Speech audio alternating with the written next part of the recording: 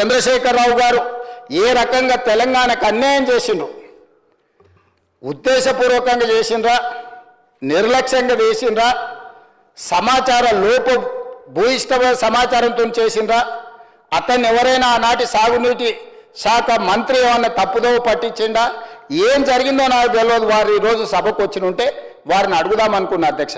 First ఎపెక్స్లో ఆనాడు చంద్రబాబు నాయుడు పాలమూరును వ్యతిరేకిస్తే కేసీఆర్ గారు PPT ఇచ్చిండు. అక్కడ ఇక చూడు, చంద్రబాబు నాయుడు పాలమూరును దత్తత తీసుకున్నాడు అనే పీపీటీ ఆయన వీడియో ఆయనకే చూపించిండు. బీజేపీ మేనిఫెస్టో చూపించిండు, కాంగ్రెస్ మేనిఫెస్టో చూపించిండు.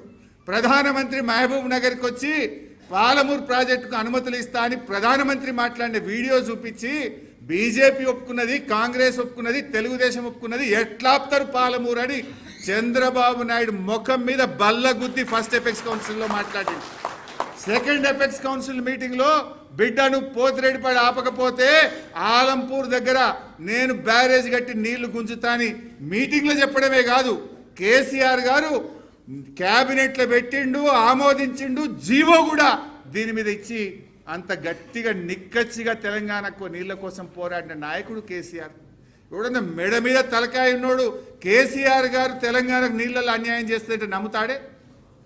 కేసీఆర్ ప్రాణమే ఇచ్చి తెలంగాణ సాధించిన కేసీఆర్ గారు తెలంగాణకు నీళ్ళలో అన్యాయం చేస్తాడా? మెడ మీద తలకాయ ఉన్నోడు మాట్లాడే మాటనా?